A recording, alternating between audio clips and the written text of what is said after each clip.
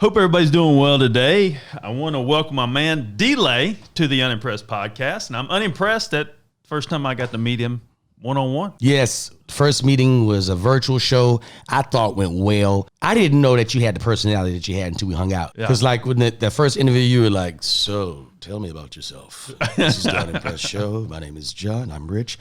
And we've got Delay on the show. And then now it's like we hung out together. I'm like, we on the boat. He's got his shirt off, swinging around his head. I'm like, God damn, he's a party animal. John is a party animal. Drinking wine and liquor. Same night.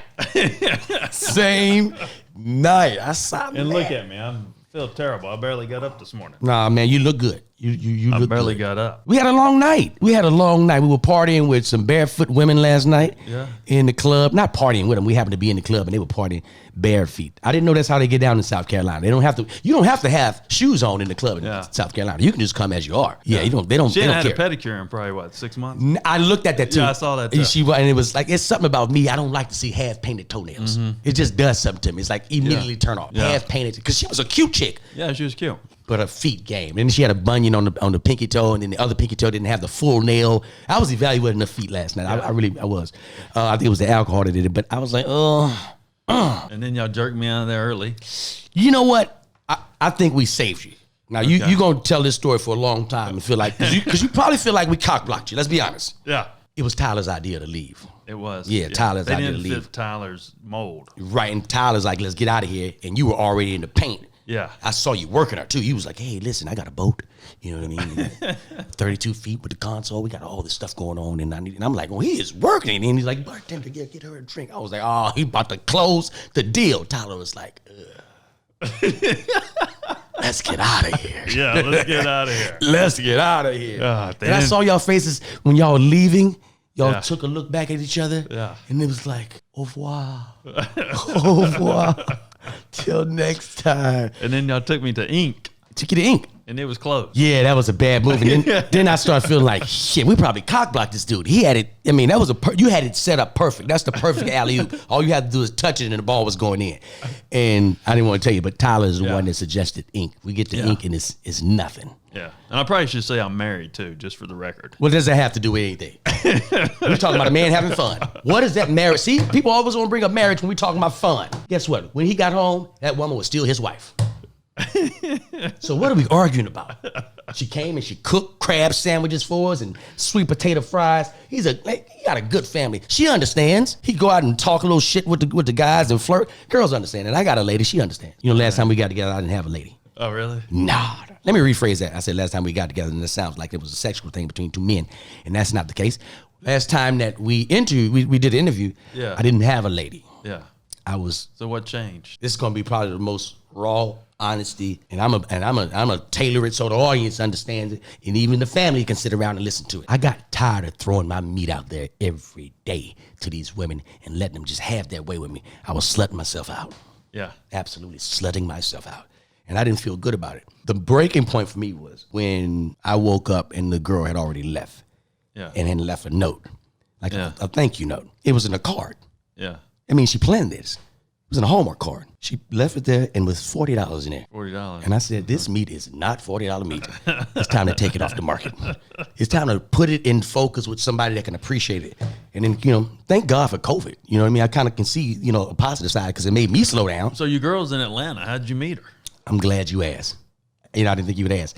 I was on a real boat. A real boat. You guys don't know about the boat. We explain the boat situation a little later. Yeah. I was performing on a cruise. Again, I'm about to be honest. Yeah. I was performing on a cruise, and my mission on this cruise is to go there and take down every woman 35 and under. I was going to be on that boat for 8 days, and my mission was to take down every woman 35 and under. And I got there, and I saw a plethora of women. I'm like, oh my God. And I'm entertaining. I'm going to be entertaining. So I'm going to be able to get 35 and under. I'm going for it all. I want to knock them down, one down every day. Yeah. One a day. Yeah. And I'm in the buffet making food, and I look over and I see her. I see my girl. She's making a plate, and I said, oh, she's first. I'm taking her down first. I got to have it. Yeah. Nice small waist, and she got she's a nice bottom. She's a sexy lady, beautiful. And I said, I'm gonna wait till the right moment to talk to her. Now keep in mind, this boat got all type of entertainers on it. You got R&B singers, you got old school Motown acts. You got everybody on there. You have comedians. Sinbad is headlining. Okay. Sinbad is headlining. I'm featuring Preacher Lawson and Michael Collier. Yeah. That is the lineup. Is that a good deal? I mean, I've had few people approach me, and it seemed like the deal wasn't worth, the juice wasn't worth the squeeze. It was my first cruise, so I was like, okay, cool. Let's make sure the amount is right, and then I'll go for 8 days because again, it's not about the money. I want to take down everybody 35 and under. One particular morning, I wake up and I said, I'm going to go to a concert because I haven't really done much. I've been to like the pool and seen things, but I'm going to a concert. I want to see a concert, and it's like 10:30, 11 in the morning. So I wake up. And I have me a glass of cognac. Yes, a glass of cognac because I want to feel good when I go into this concert. I want to be, ready to take in this concert. So I walk into the venue because it's different little spots on the boat. Yeah. I walk into the venue and I see my girl, who's my future girl. I see her. Yeah. And she's sitting with another lady. So I walk and I sit directly behind him. And I've got a cup of cognac. And I said, excuse me, ladies. Good morning, beautiful queens. You always want to greet black women with beautiful queens. It helps. Good morning, beautiful queens. And she was kind of like snobbish, like, oh, good morning. I was like, oh, you going to play Hardy? Okay, I see what you got to do. I see it. The act comes on, and at this point, I'm probably tipsy. At this point, the act comes on, and they start off with, put your hands in the air for Jesus. How many of y'all want to love the Lord? I'm like, this is a gospel concert? I thought this was an R&B concert. I'm like... No wonder she's looking at me like I'm snobbish. I'm drinking alcohol in church. Yeah. This is church on the boat. Yeah. What time was it? 11. In the morning? In the morning. In the morning. Yeah, it's 11 in the morning. So you thought you were at a party? I thought it was a day party. I thought it was a day party. It ended up being a day party for Jesus. And we had communion. Did she have her kids with her? And but here's the deal. Yeah. I didn't take her down. Oh, okay. I did not take her down on that vessel. Yeah. And the night that I thought I was going to take her down, it was the night after I performed. Yeah. And we're in this lounge, and there's everybody in this lounge. I'm trying to get to her.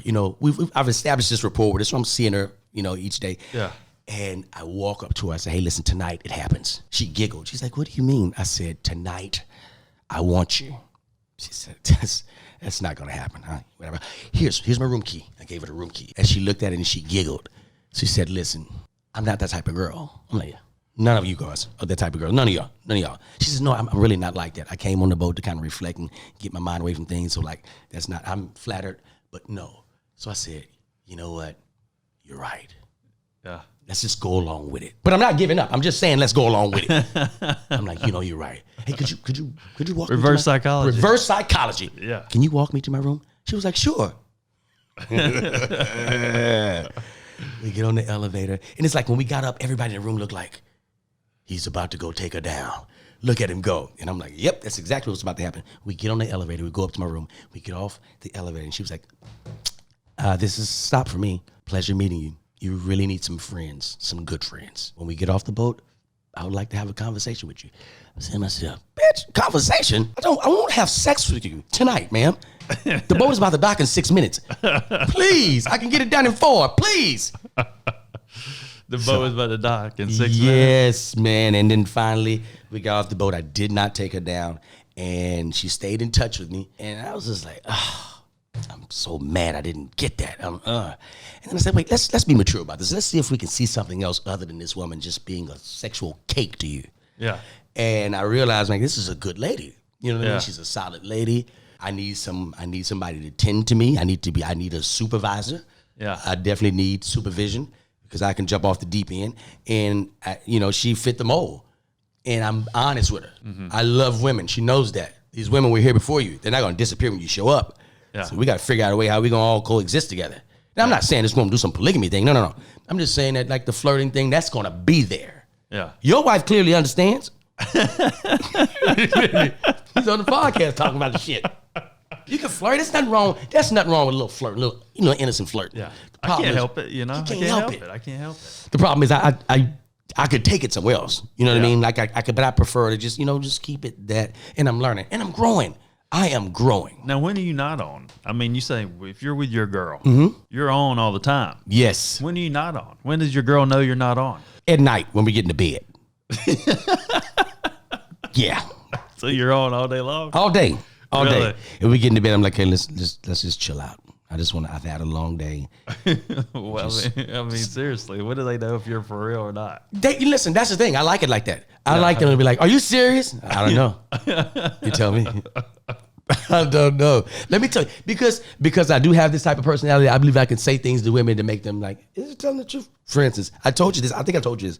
No, I did not tell you this. I told a girl in the club one night, she's like, what do you do for a living? I looked her right in her face. And you have to say this with confidence. You can't waver. I said, I'm an astronaut.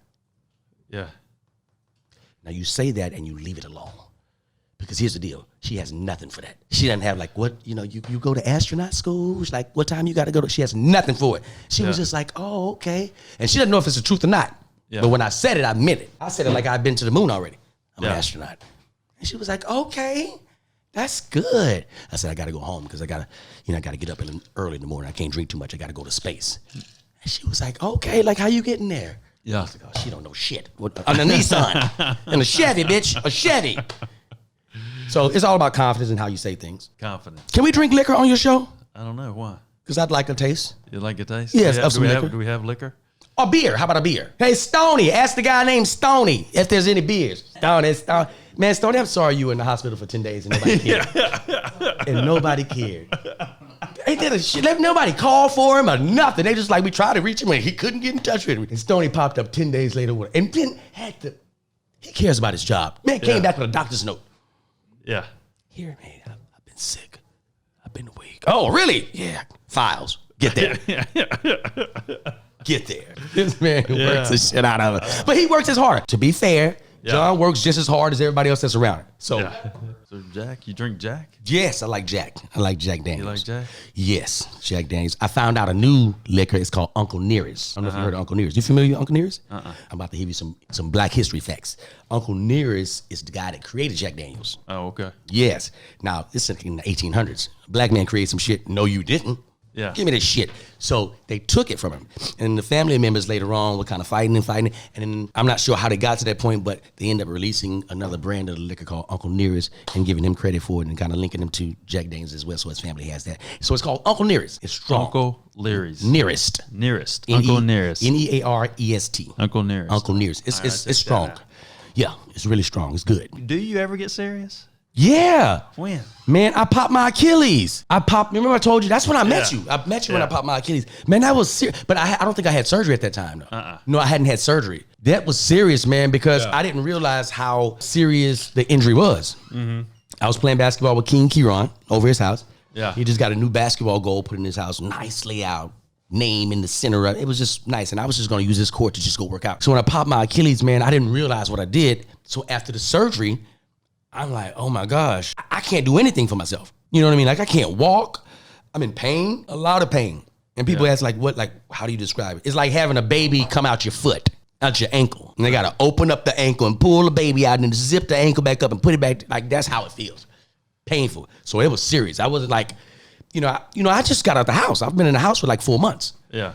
So I wasn't able to get out the house and I was just like sort of depressed. Yeah. When you're incapacitated, you can't do what you normally do. The mind is starting to, play tricks on you. You can't do this. It's telling you that you're never gonna recover. Yeah. And I went through the depression, man. It was a dark moment, because I'm in, and luckily for my girl, she was there for me. I told her when I popped my ankle, I called her, said I popped my Achilles. The next morning, she's in LA and just stayed with me the whole time. Oh, really? Yeah, just making sure I had everything. This is how I knew she loved me. This is when I knew. I live in a loft in LA. Yeah. I have a loft. It's just a long space. Like a New York style type, right? Yeah. So it's a long space. So it's like I have to hop all the way down the hall to get into the bathroom. So I was like, I can't keep doing it. This is, you know what I mean? Then I'm scared I may pop the other one. Mm-hmm. So she said, baby, you don't have to move anymore. I'm going to buy you a bucket to piss in. I said, I never thought of that. This woman clearly loves me. She's thinking forward. She's like, hey, you don't have to walk. She bought me a blue bucket. We call it the PB. It's the piss bucket. And she would bring the PB to me, and I would, using, and she would dump it out and clean it. And I was like, wow, this woman really loves me. She really loves me. She really cleaned the bucket, huh? Yeah, she cleaned the bucket, man. She cleaned the bucket. Because I knew a dude that was injured, and he was like a single guy, and he was dating 3 nurses. Yeah. Couldn't get him to come over to do shit. You know, so for her to just be, you know, taking care of me like that, I was like, oh my gosh, she's a godsend, and I appreciate her. It was like you find out like who's really down for you, like when you hit rock bottom at something. Yeah. You know what I mean? What was your mindset? I can't walk. When you're in a house, Achilles, what goes through your mind about like, you know, what's going on here? I'm scared, man. I haven't been outside in 4 months. Yeah. They got the COVID shit going on. I'm walking around in a boot. Yeah. So I'm scared that somebody would bump the boot. I'm like, you know what I mean? So I'm scared to go outside. Yeah. You know what I mean? Like, this is my first time when I came to South Carolina, like being out amongst people, you know, in 4 months. So it's scary. You know, somebody sneezes, I'm like, allergies or COVID? What is that? You know what I mean? And then should we wear the mask? Should we not wear the mask? I'm like, this is scary. Yeah. You know what I mean? What was the perpetuation in California compared to being in Georgia? Two totally different worlds, bro. This South Carolina. It's this in Los Angeles. Put your mask on and respect the CDC's wishes. This is Los Angeles. You go to Georgia, take your mask off, pussy. Like, whoa. Wait a minute. What are we doing? This is two different worlds. Same state, same country.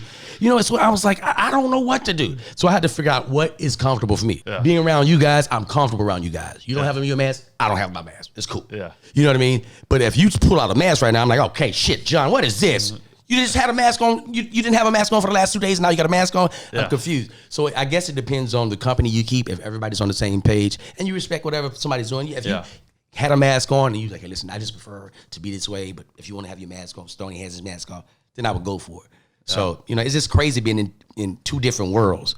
Yeah. And both people passionate about it. Take the mask off, put it on. Both sides are, passionate about it. Well, that's how it was when we came here from New Jersey. You know, we felt a little eerie leaving the state. You know what I'm saying? Like I felt like when we crossed the border, something's going to happen. You know, when I drove down here, you know, then you get down here and there's no pandemic. It's like the pandemic had an expiration date and they knew the date. Yeah. You're like, yeah, hey, man, in May, COVID's over. Call it something else, but don't say COVID. Call it COVID, but don't call it COVID. You make it fancy, COVID-19. Yeah, COVID. It's over. There's no more cases. It's over. Because let me tell you, I'm glad it's over because COVID-19 was about to have a birthday. It was about to be COVID-20. Yeah. He was definitely in 21 and 22 and 23 because that's how it was looking. It was looking like this thing is going to be here for a while. Yeah. And then all of a sudden one day, it's gone. You don't hear any more word. This is when I knew things were getting better. Yeah. They took Dr. Fauci off the TV. Like, goddamn, Dr. Fauci was the spokesperson for COVID. They was like, hey, Dr. Fauci, you just scoot over here. You know, we don't want you. Because Dr. Fauci is the boogeyman. He was scared the shit out of you. Dr. Fauci will scare you. Yeah, you want to wear your mask. If you don't wear your mask, no one knows what can happen to you. Okay, so it's recommended by the CDC. Every time he came on, I was like, here it comes. And every time he came on, it was a spike in COVID. He leave, there's a spike. Come on, man. I started calling him Dr. COVID. Dr. Fauci COVID. So how is it now in LA? Are you going back to LA? Or are you going to spend more? You said you're going to spend a little more time out here in Atlanta? I'm going to spend a little bit more time in Atlanta. LA is back. Yeah. You know, that's confusing to me. It's like they were pressing so hard about this mask and then it just stopped. So they don't wear the mask anymore? No, everything's open. I don't really understand it and I don't ponder on it too long to get confused because I'm one that tries to figure things out. Yeah. So I don't want to think about it too much because I'm going to get locked in time, you know, with so much time in my head trying to figure out why this is happening. And it has nothing to do with me. Nothing. Find out how I can coexist with this COVID shit. I'm not going back on the road in 2021. Yeah. I made that commitment. I'll go back in 2022. Yeah. But not 2021. I want to be completely healed up physically and mentally. Yeah. Because, you know, I'm limping. Yeah. And I don't walk well. Yeah. I don't walk well. Well, like I said, it took you 3 hours to get from one end of the dock to the other. It did. It did. Imagine this, ladies and gentlemen, that's listening and watching. Imagine if you didn't walk for 4 months. Yeah. Like, and then you tried to walk after 4 months. That foot is dead. It is dead, man. So I'm grateful to be, you know, in a position where I can still, you know, make a living off social media and not go on the road. And, you know, I done linked up with Bang Productions. You know, I done linked up with the CEO, Big Money Jay. I'm in debt. Let me tell you something. Don't y'all listen to that. Don't y'all listen to that. I'm in debt mess. Don't you listen. This man is getting it on a grand scale. He is. First of all, it's only 2 homes that I've been in that's like right here with this. Tracy McGrady, NBA Hall of Famer. He had a damn pad.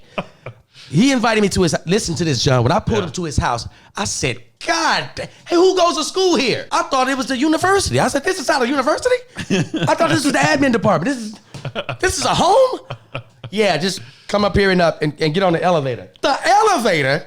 Yeah, it's on the east wing. You have wings? You have wings. Man, he had a basketball court in his living room. It's levels to opulence. How'd you meet Tracy McGrady?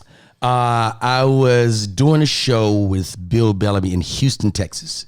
Yeah. And T-Mac came out to the show, him and Bill friends. He came out and he saw me. He was like, bro, you are hilarious. Man, you're funny. And I was like, yeah, I'm even better at basketball. And I'm talking shit to a future Hall of Famer. And he was like, he brushed it off. It was like, I'm talking about funny. What do you mean basketball? Yeah. Hey, man, what you guys come by the house? And I actually challenged Tracy McGrady to just like a little, not one-on-one, but like I just, let me see where I got. And I realized, because I played college ball. Yeah. It is levels to playing. Tracy McGrady was shooting the ball from half court like it was a free throw. And I'm like, effortlessly. So I was like, you know what? Let me guard him. I'm 5'2". You're 5'2"? Not really. Compared to him, I'm 5'2". Yeah. I'm 5'11", but he's 6'8", and he's a guard. I stood in front of him. He took one leg and stretched it out. Didn't even run, just stretched it out, and he was already past my body. Yeah. And I was like, he's so long. Yeah. So I got the ball. He's defending me. He stuck his arm out. It looked like an octopus. Like, it looked like 4 more arms. Like, I said, who could do anything with you? You know what I mean? And I'm like, okay, I would have never made it to the NBA, clearly. I thought I could, but I could not have made it to the NBA. And where'd you play ball in college? I played at LSU Shreveport. It was a small NAIA school. It was fun. What'd you play? Did you run point, shoot? I played point. I was a combo guard, shooting, and I could handle. So. Oh, okay. Little combo. Nice. Do you miss balling? I do. I do. But I'm not playing back. I'm not going to go back full speed anymore. Yeah. I learned my lesson. I'll just shoot around. Because I'm like, at the end of the day, like, I'm not going to get a 10-day contract. Yeah. I'm not going to get picked up by any NBA team. I'm not going to get picked up by any CBA team, if the CBA is even still existing. So I don't want to put that energy into something that I could get hurt. Yeah. You remember the CBA? Yeah, I do remember the CBA. Again, yes, of course. I was thinking about buying a team. I was thinking about buying a team in the CBA.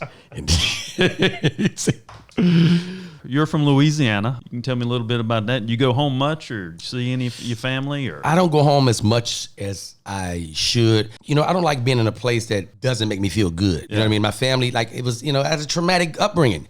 Yeah. So being in Alexandria for a long period of time reminds me of that, and I start to feel gloomy and dismal and inside.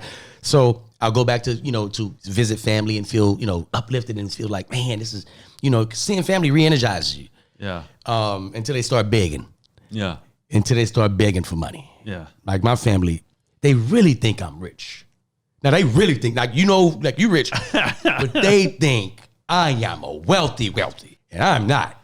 And the reason being because my family, they don't understand. They just realize if they see you on TV, this is something bigger than I could ever do. Yeah. You know what I mean? Like the first television appearance that I made was on BET. Yeah. They paid me $1,200. Yeah. Right? But they would air it, a lot. So they would show it.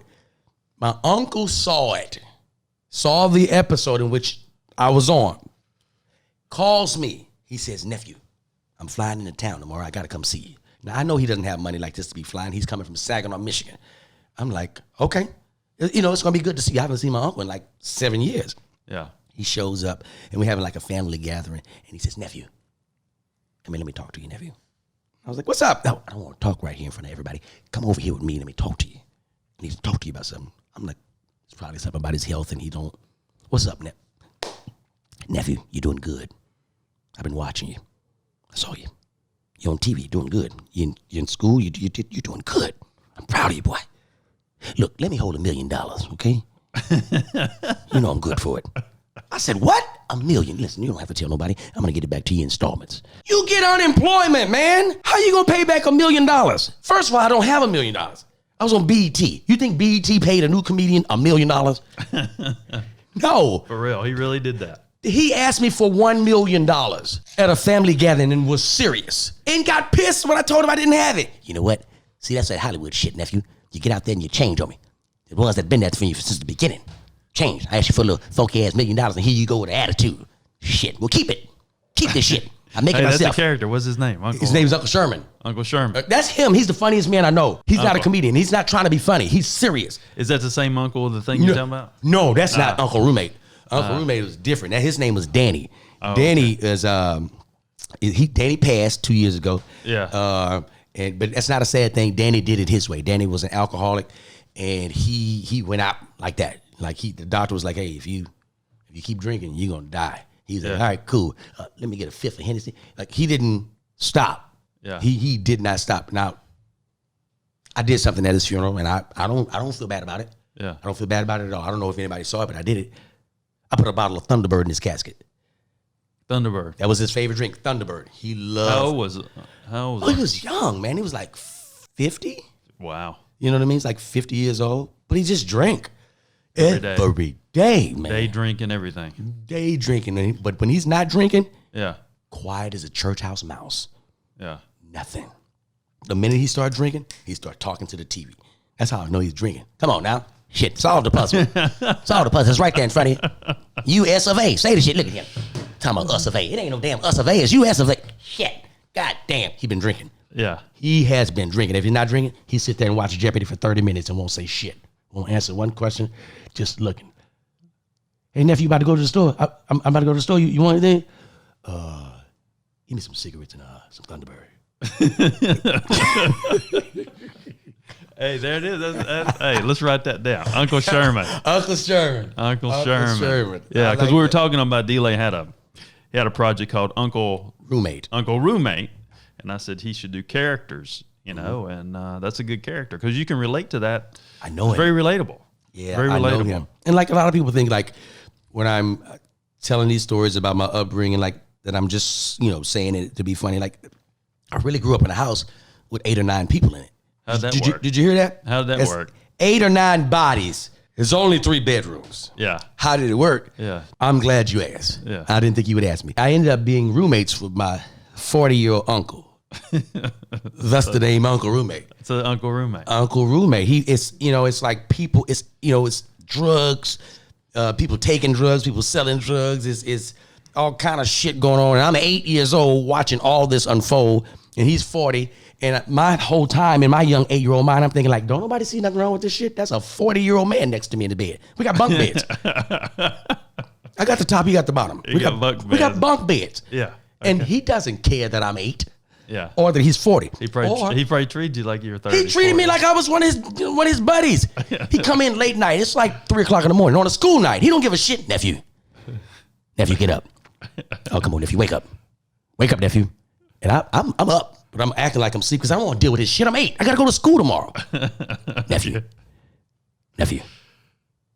wake up. We got to talk. Wake up, nephew. Wait, what's up? We got to talk. About what? I'm 8. Yeah. I got to tell you what happened at the club tonight. What? The club? I'm going to tell you what happened at the club tonight. Sit up. Let's have a conversation. I'm like, I got to go to school. I don't give a shit about no school. School don't leave people. People leave school. Think about that. What? So I'm sitting up. It's 3 o'clock in the morning. Yeah. It's Monday. I got to go to work. This man's telling me about a club experience. I'm in the club with Sheila having a good goddamn time. You remember Sheila? I brought Sheila over. He would bring women over to the house. I had Sheila over. You remember Sheila? She came over. And you be in the bunkie bed? I'm in the bunk. He getting it in. They having full out, butt naked, hot sex. My first time seeing porn, it was live. I'm 8. It's a live porn show. I'm watching these people have sex. I'm like, don't nobody see this? It's 8 other people in the house. Somebody come help me. Yeah. And I just took that lifestyle that I grew up in, and I just put a spin on it and made it humorous. And Now, true if you, story, if you had your uncle and you in one room, who were in the other rooms? My grandmother had her own room. My uncle and me. My sister will be in there with all of her aunts, my grandmother's daughters. Yeah. They're all in there. Now, my aunt, Black Gal is her name. Real name Wanda, but Black Gal. She is on crack. The family, as I got older, I was still following. They asked me, let's have an intervention and try to get her to come to the light. And, she's been smoking crack for a long time. She's been smoking crack since crack been out. Yeah. Like, she know crack birthday. Crack has a birthday. She comes in 2 days of a binge. She's having a full-out binge, just cracking it up, just smoking crack. So I'm coming home. I came home from school to sit and have an intervention with her. Mm-hmm. Everybody's sitting around the table. Everybody is sitting around. And it's like, Dee, they call me Dee in Louisiana. Dee, you gonna speak first. Just tell her what it is and tell her that we all here to help her. We're gonna do this. We're gonna fix this. Yeah. I'm like, okay, cool. She comes in high strung. She's geeked up. Hey, everybody. Hey. But then she realized something is wrong. Okay, what the hell is going on here? Listen, I'm not about to have no intermission with none of y'all. I'm gonna do what I want to do. Intervention. Intermission. I'm not about to have no goddamn intermission. I'm gonna do what I want to do. I said, black out. No, let me tell y'all something. I'm gonna smoke crack till I die and walk back out the house, and everybody just sitting there like, okay, she's gonna smoke crack till she's died. That's a commitment. You know, there's nothing we can do to stop that. So that's going on in the room right next to me. Yeah. That's where my sister's in. And it's just constant. She's in and out the house, ripping and running. And I don't know if y'all know this, but crack stink. Crack smell stinks. Really? Oh, man. She would be in the bathroom, black out, smoking crack. And I would smell, it smelled like burnt feet. Mm-hmm. You know, if you could imagine burnt feet, that's exactly what it smelled. And she would come out, and it was, I don't know what crack feels like, but it must be amazing. It must be amazing because she comes out and she is on top of she's ready for everything. And I'm watching all this as an 8-year-old, and I'm thinking to myself, I want to be traded. Yeah. I absolutely want to be traded out of this family. Please. Yeah. You know, I wanted to be kidnapped as a kid. You wanted to be? I'm the only kid that was asking to be kidnapped. On my birthday, my 9th birthday, I blew out the candles and said, what you wish for? I said to be kidnapped.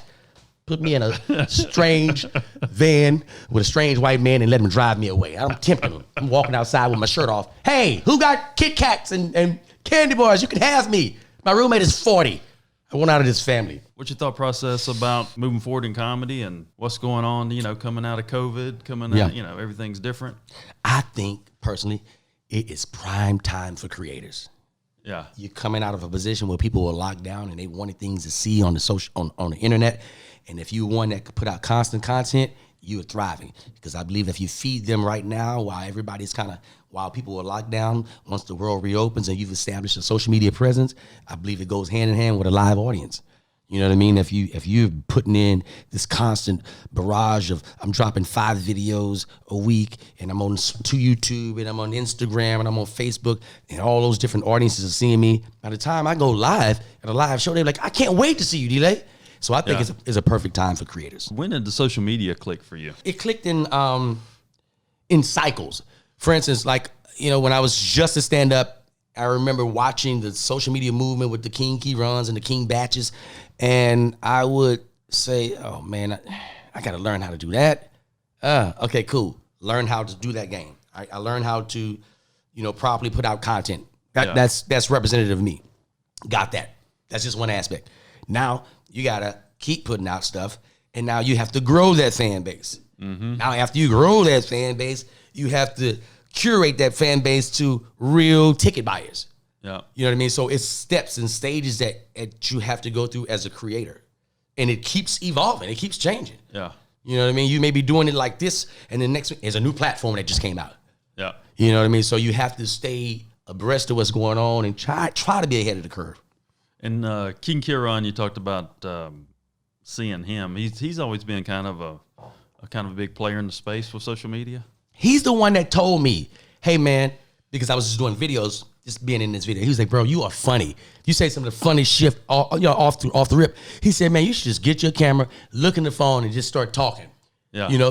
Just talk how you be talking with your kids normally. So I was like, all right, I'll give it a shot. And I would always, have my kids, and I'm shooting videos, and the kids would be in the back wrestling. I'm not telling them to wrestle. This is real. I think that's why the audience identified with it, because it was a guy with his kids talking about real stuff. Yeah. Hey, my kids asked me about sex, the birds and the bees. I'm going to talk to them straight. Let me tell you about the birds and the bees. You want to hear about it? Yeah. It was between me and your mom. Whoa, Dad, I don't want to hear that. It was a hot and stormy night. Dad, not right now. And the fact that I'm really being honest with my kids opened up a whole new audience where people was like, I like this type of humor. Yeah. In comes Deion Sanders, who has sons. Yeah. Deion Sanders became a fan of mine. Okay. And it just, then Tracy McGrady, like this social media move just started, affecting everybody.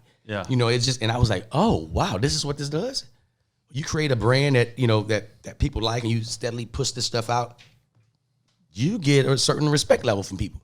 And what do, you know, when somebody like Deion Sanders, you know, finds you on, you know, on social media, I mean, what are you thinking? Well, I mean, what does that do to your psyche? What the hell is the internet? Like, what is this internet thing? Yeah.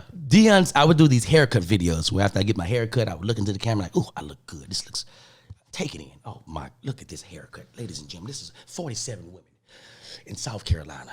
Oh, Myrtle Beach, South Carolina. Just fainted. Oh, wake them up. Tell them to take another gander. Oh, I look amazing, right? I'm doing these videos. Yeah. Deion Sanders sees it. It's like, he inboxed me. And I was like, fake account. Fake account. Yeah. He was like, hey, man, big fan of what you're doing. Love what you're doing. Keep going. I screenshot it and I sent it to King Kieran. He said, you son of a bitch. You son of a, that's my favorite player. Yeah. And you becoming friends with him, so I get to be friends with Junior? Deion Jr.? You get Deion Sanders, I get Deion Jr. Bullshit, man. I want him as a friend. Yeah. So, yeah, it was, ended up being him. And I went to Dallas to do a stand-up show. And he texted me, he said, hey, man, I'm coming to your show. And I'm doing 2 shows at the Arlington Improv. The Arlington Improv. And after this first show, I'm selling my merchandise. And it's packed. There's people everywhere. You know, I can't get to everybody selling merch. And I look up, and it's like a lot of cameras going off. I was like, they really love me out here in Arlington. There's a lot of cameras. You know what I mean? Flash. Yeah. You know, like paparazzi flashing. Yeah. I'm like, and then I hear, make way, make a hole. Make way, make a hole. And then, Like, oh. and it just opens up. Like the whole crowd just opens up. Yeah. And he's got his hat on and his head is down. And it's one of my hats, the Take It In hats, because I made Take It In a slogan. Yeah. He's got his head down. And I don't know it's him. I'm just thinking it's a fan. But he's got to be a special fan because this whole thing done parted like Moses was coming through this thing. Yeah. And he looks up and he was like, Delay. He walks up to me, he hugs me. He said, brother, it's a pleasure to meet you. And I look, and I'm like, it feels surreal. This doesn't feel like it's real. Yeah. And it's like all these cameras are going off. Cha, cha, cha, cha, cha. And people are, Deion, oh my God, Deion, can I get a picture of you guys? So I said, listen, I'm going to have my guy come back and get you and bring you to the green room. All right, cool. So it's him and another gentleman. They bring him back to the green room. I have some money, keep selling my merch. And we get in the green room, and he was like, man, I've put my whole family on to you. My sons, my sister, everybody. And my pastor. He brought his pastor with him. I think the pastor watched me too? Yeah. He said, yeah, man. I said, you know, I'll be talking some shit sometime. He said, yeah, you know, I listen. I was like, wow. He said, man, I love the movement, man, and just keep doing what you're doing. I'm like, the social media thing. Yeah. And when was this? How long ago was this? A year ago. Really? Yep, a year ago. Wow. The social media thing has put me in front of so many different people. Wow. You know what I mean? And just from doing videos. Yeah. But it's more powerful than we think. Hey, that's a good sign, though. That's a good sign. You're doing something right. You know, you can't teach what you have, and I think people recognize that. And I'm like, I keep looking at you, it's like, you know, what's wrong? What's going on? What's wrong? Right. What's wrong? Right. What's wrong? Am I missing something here? Am I missing something? I think, like everything is evolving. Like Yeah. Hollywood, you know, has always been the machine. Yeah. But now things are changing where creators can say, hey, man, I can create an audience on my own. Yeah. You know what I mean? And they start putting out stuff, quality work, quality, a lot of that.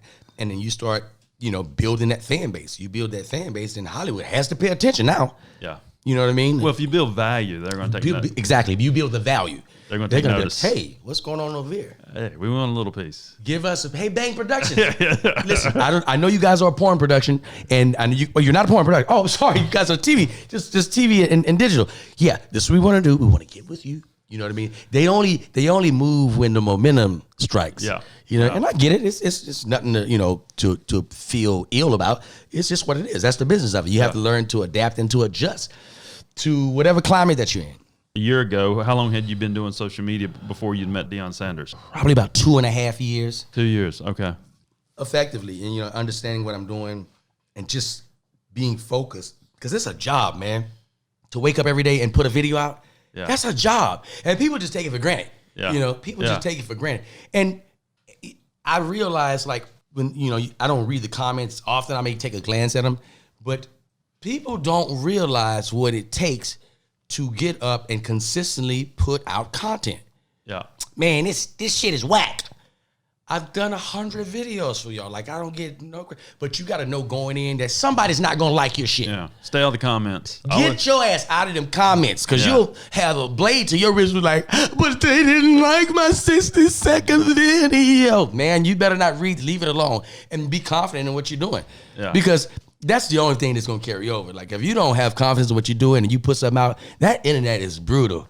Trash. They put 19 trash can emojis by your on the page. Like, oh my gosh. And you fragile, you can't be soft right here.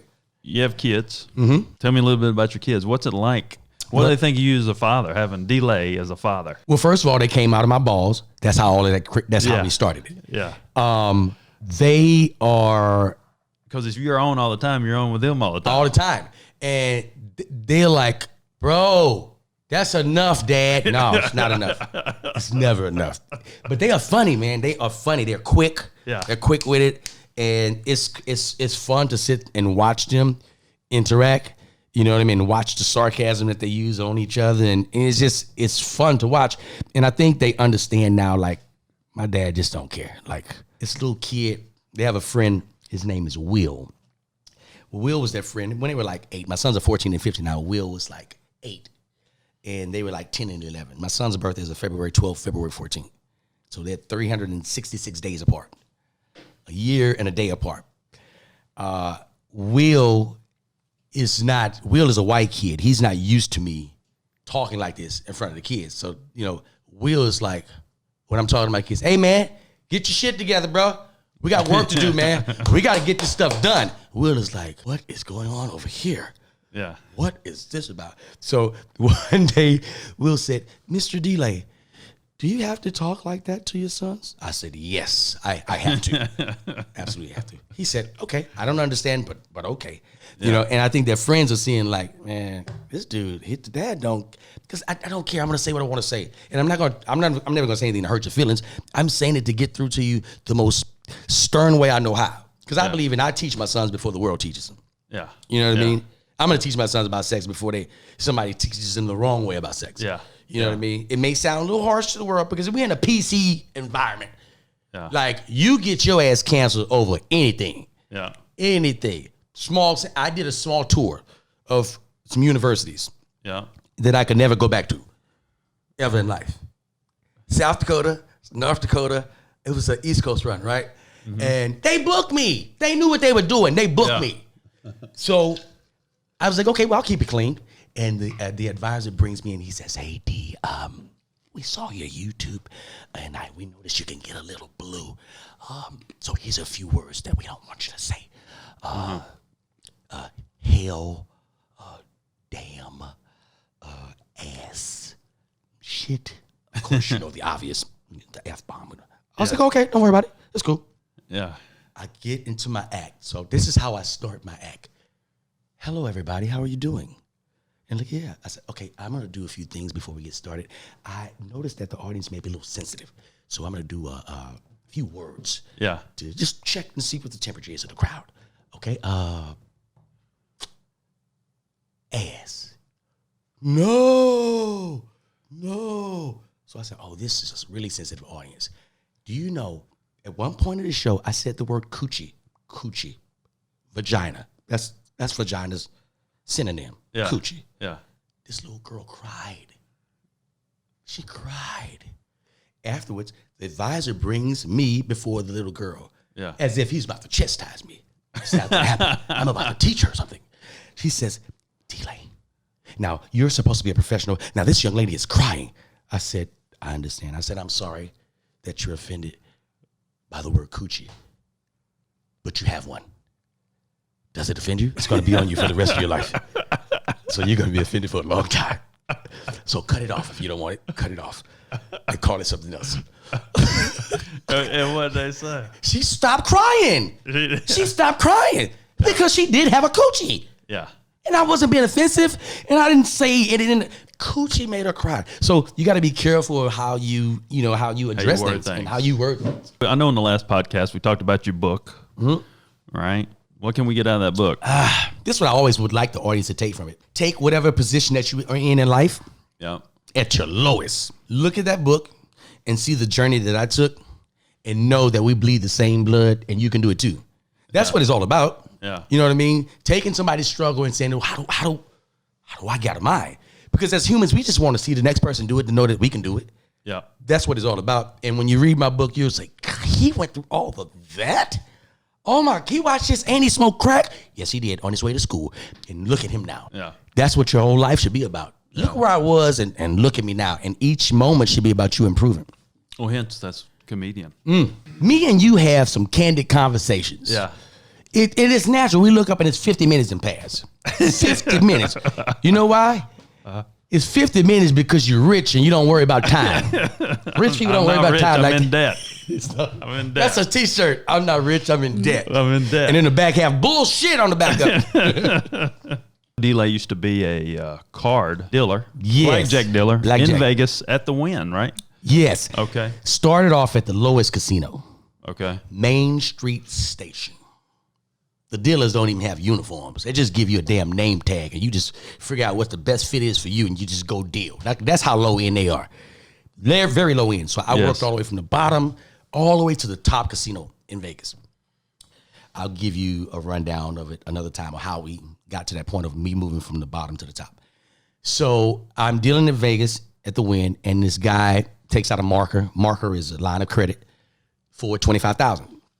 He takes the $25,000. I'm dealing to him. He works it up over a couple of hours. He works it up to like $150,000. He's up, right? He's up good. He's up $125. 2 hours worth of work. That's a great job. That's a good payday. Now for you, that's a low budget because you got a lot of money. But for somebody in the casino that's dealing and watching it, it's like, wow, you just made $125,000. So he says to me, and again, I'm the type of dealer that I will tell you, hey man, you want enough money, get your ass out of here. Most dealers won't say that. They just put the cards out there. I'm talking to these people like I talk to my sons, real talk. Yeah. So I said, he said, what you think, D? I said, man, I think you should leave. You got enough. You got $125. He said, I'm on a roll. I said, okay. Yeah. I'm going on break. Dealers work an hour and break 20. You work an hour, you break 20. Why? Because they want the dealer to be fresh. You're dealing with numbers. Yeah. They want the dealer fresh. I go on a break 20 minutes. I come back. That man is down to 25,000 US dollars. What he started with. Now, for those of you who don't know, because I'm a gambler. I'll tell you my gambling stories. That's hours of shit. Yeah. I'm a gambler. Now, what that means is, now the person on the outside looking into this situation would say, you know what? He didn't lose. That's his 25,000 right there that he started with. Bullshit. He had 125,000 extra of the casino money. Yep. So in a gambler's mind, we lost 125,000 and we got to get it back. I'm dealing to him. 25,000, that marker, gone. Reads up again. He gets $100,000 marker. Now he's chasing that 25. Yeah. But in his mind, it ain't 25, it's 125. Remember, because he had 125,000 of the casino's money. Yeah. I'm dealing to him. And it's something about the luck. When it goes down hard and fast. There's nothing you can do. You missed that window to get out the casino, and now you're just trying to crawl back up. And the casino guards, it's like, you had the money, you greedy son of a bitch. Now watch us get it back. I'm dealing. 100,000. Gone. The 100,000 gone. So what I'm thinking is, as a dealer, I'm like, okay, he's about to go to the well and get some more money. He doesn't. He puts his hands in his face. It's like this. I said, oh, shit. I know what that means. That's the last of it. Yeah. That is all. I know that feeling.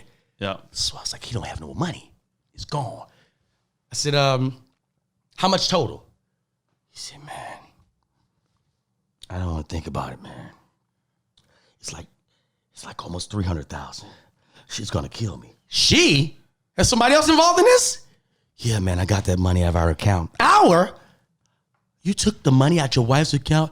He starts crying. Yeah. I get mad. I'm not going to sympathize with you. You took the money from the wife? You were up $150? You know how many hookers you could have got? Do you know what you could have done with that money? Do you really understand? He sat at the table and cried. Wow. Dealers work an hour, break 20. I sat and watched that man cry for an hour straight and just nodded. Wow. I understand. Is that a bit? You use that as a bit? No, that's a real story. No, but you should make that a bit. That's like these stories that I tell. Like a lot of people think, like I'm just like this really happened. Yeah, I saw a lady, an Asian lady, come into the casino and say, "I want 50,000. 50,000." She put 50,000 down. She lose 50,000. Now here's the deal. I have the cards. You have the player's card. Yeah. As a dealer, when I swipe it, I can tell what your history is. If you got markers, how much money you got, I can see all of that. So I'm looking at her history of it, and it has a remarks. Do not give customer a room with balcony. Well, this bitch about to jump. Yeah. Oh, she's gonna jump. I read this, but I don't think nothing of it at the time. She plays the 50,000. She's winning, missing, winning, missing, winning, missing. Yeah. And she was like, oh, I need something. I need luck. I said, you need liquor. You need some liquor. You need to calm down and relax and play the game because she's playing hard. It's not like relax playing for fun. You have the players that play for fun. You have people that are playing for life. Yeah. They want this to really, transpire for them. She starts taking shots of tequila. She doesn't even know what to drink. Oh, why? I said, tequila. You need tequila, ma'am. Okay, cocktail, tequila. She takes tequila. She said, ooh, strong. Yeah, it's strong. Shoot it. Shoot? Yes, drink the whole shot. Oh, so nasty. I know. Now you're ready. Yeah. Right? You're not a little calm. You're not really stressing now. Let's go. I don't know what was going on this day. This woman was getting her ass handed to her. She couldn't win a hand. I'm killing her. Yeah. The 50,000 gone. She's, hand in the face. Hand in the face. I know what that means. That's the last of it. Yeah. Hand in the face. Oh, no good. No good. Oh, Dilla, no good. I want, get to me room. Room with balcony. Oh, shit. Room floor. with You call your floor super. Floor. Yeah. Floor. Oh, no, room with balcony. Now, she's a little drunk now. She's lit. Yeah. Supervisor comes over. I point to the remarks. Don't get in. She's gonna jump. Right here. Look at the remarks. Yeah. Ma'am, I'm sorry. We don't have any balconies left. You do. You're not at capacity. I check. We want room. I said, wow. Now I'm feeling like I'm contributing to this. Because I made the woman drink. She wasn't drinking. Yeah. She didn't even know what tequila was. Tequila. Yes, tequila, drink it. And I'm feeling like if this woman jumped, they're going to come back and get me. Yeah. They're going to roll the tape and see that I encouraged this woman after whooping her ass to drink some liquor, and I'm the cause of this woman jumping to her death. They did not give this woman a room. So she survived? She made it out of there? I don't know. Yeah. Because they had a change in shifts. So the new dealer coming in and the new all these switches are coming in. I don't know what the new supervisor and the new dealer that's coming to the table, how they're going to interact with this. I'm gone. I've been there since 4 a.m. to 12. Anybody that kill themselves after 12, that's on them. You kill yourself in between 4 and 12, I'm guilty. That shit was on my nuts. That was on my watch. We probably should close it down here. I know Tyler's probably got 800 more videos you need to do. Yes, Tyler. Tyler is a workaholic. Your whole crew. Your whole crew get busy. Tyler texts me 8:30. Hey, bro, 9 o'clock in the lobby. Tyler, we just got in at 3. What is going on? I know, bro. And he never say, I know, bro. Yeah, see you down there. This dude's work, man. Well, I appreciate you coming to Charleston, man. I'm glad you came in studio. I'm excited about some things moving forward with you. And yeah, let's just keep it moving, man. I want to do your podcast once a month. Okay, let's do it. I think that's fair. Yeah. We have some spirited conversations once a month.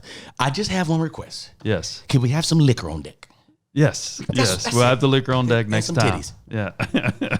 Okay, I'm pushing it. My lady is watching this. When I say titties, I mean titties in a joking way, not real titties. It's joking titties. If I seemed a little laid back today, they kept me out too late, but I think it was a great conversation. Even though D-Lay did all the talking today, and I appreciate you. Yeah, I believe D-Lay did all the talking, and I appreciate. I did not plan it like that. Yeah. Well, cool, man. I want to come back. Cool. You're close. 4 hours from Atlanta, so we'll just keep it moving. And 50 minutes on a flight. Yeah, 50 minutes on a flight. Yeah, 50 minutes. Let's do that. Hey, you got a lot of white people on your walls in here. Like, who are these white people? Like, I don't think they're your family members. I think they're just some historic white people. That is a painting from the neoclassical period in the 1700s. So those eyes, they look very dark, but if you look close at the painting, Uh-huh. they're actually blue. But that was the style they did in the 1700s with this neoclassical when they painted human beings. And he said he don't have any money. He said he didn't have any money. Look at this damn painting. He got Mona Lisa on the wall. Look at this. In the front, he got Van Gogh. He got all, man, this man is rich. I'm just doing the law of attraction. I'm just going to be around the energy and let some of it attract. You know, I'm going to attract some of it. So, Nice. pleasure, brother.